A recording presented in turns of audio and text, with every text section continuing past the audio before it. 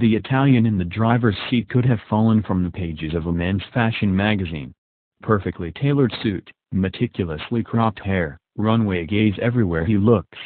As he races through Valencia, Spain, he turns another roundabout into a shallow chicane, powers down the straight, and grabs the next gear with fingers wrapped in a leather driving glove. Avicii's sugary club pop blinks out the soundtrack to a scene so stereotypically Italian, so perfectly Lamborghini. Except that our driver is hustling a diesel Audi A7. This is just the shuttle from the airport to the hotel. View photos? It's a fitting warm-up to a car that also is quintessentially Italian. Powered by equal parts emotion and stalking V12, the Aventador S's flaws animate its persona just as much as its best qualities.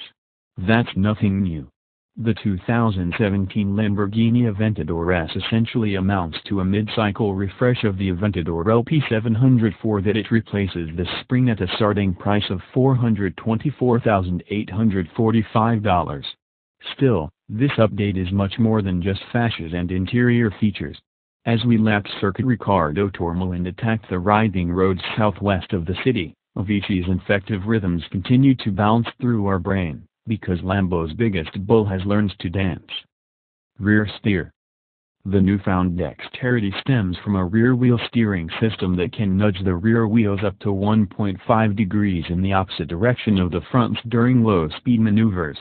It chops the amount of steering input required from the driver, a fact that's especially prominent in hairpin curves and in parking lot maneuvers, where it makes the difference between rolling your wrists and crossing your arms.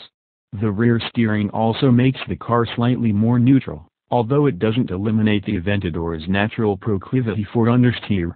With all-wheel drive and stickier, redesigned Pirelli P0 rubber, the big Lambo resists power on oversteer, but lift off the throttle at the cornering limit and the Aventador slowly rotates into a drift.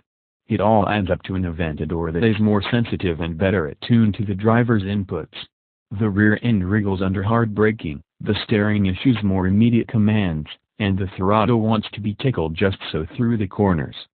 View photos? Within a roughly 15-mile-per-hour window around the 80-mile-per-hour mark, the rear wheels transition to steering in phase with the fronts, up to 3.0 degrees, to enhance stability. Lamborghini claims the hardware adds just 13 pounds and that the additional mass is entirely offset by weight savings elsewhere. An actively variable steering ratio, for the front wheels, and magnetorheological dampers are standard. This marks Lambo's first use of supplier BWI's third-generation magnetorheological dampers that splits the older design's single electromagnetic coil into two smaller coils for faster reaction times. Strada, Sport, and Corsa driving modes are joined by the new E-Ego setting, a customizable position in which the powertrain, steering, suspension, and stability control modes can be individually configured. None of those modes would be described as a comfort setting. Every crack, bump, and pebble that perturbs the short travel, push-rod suspension reminds you that you're driving an unapologetic brute. 12-cylinder flamethrower. So does the 6.5-liter V12, now turned up another 39 horsepower to 730. The added power comes from tuning tweaks to the variable valve timing system and the variable intake manifold, plus another 150 revolutions per minute at the top end. At speeds up to 8,500 revolutions per minute, the 12-cylinder sings through a retuned exhaust that wails louder at full wood and cracks harder on overrun. When they're not spitting flames, the exhaust pipes provide a periscope's peep into the cherry glow of a V12 run hard. View photos? The Aventador's Achilles heel remains the automated manual transmission that delivers painfully long pauses between the violent lurches that accompany every upshift. Lamborghini might have included a dual-clutch automatic gearbox as part of this update, except that there's no room for a wider transmission. Even though the Aventador is roughly as wide as a garbage truck, the narrow tunnel between driver and passenger where the transmission is housed limits Lamborghini's options. The irony that it was a bad Ferrari clutch that prompted Ferruccio Lamborghini to start this very car company seems lost on those in Sant'Agata. Jets, snakes, spaceships.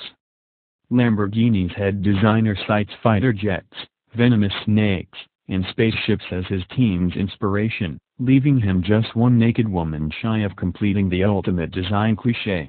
That said, this isn't just the usual design school fluff. There are actual fangs in the new front-end graphic. A single Aventador wears more half-hexagon air intakes than $1 billion worth of U.S. Air Force hardware. We're not exactly sure where spaceships fit in, except that, in person, a Lambo is still a freaking spaceship compared to all other cars. It's not just the angles and wedges and hexagons, okay, maybe it mostly is about that. But it's also the basic proportions, the impossibly low roofline, the arrowhead wedge of a nose, and the imposing presence of a business end that boxes the V12. Of course, that translates to cramped headroom, a forward view directly into the windshield header for tall drivers, and rearward visibility that's basically non-existent. But you're in a Lambo. You buy it not so you can look out at the world, you buy it so the world can look at you. And look they will.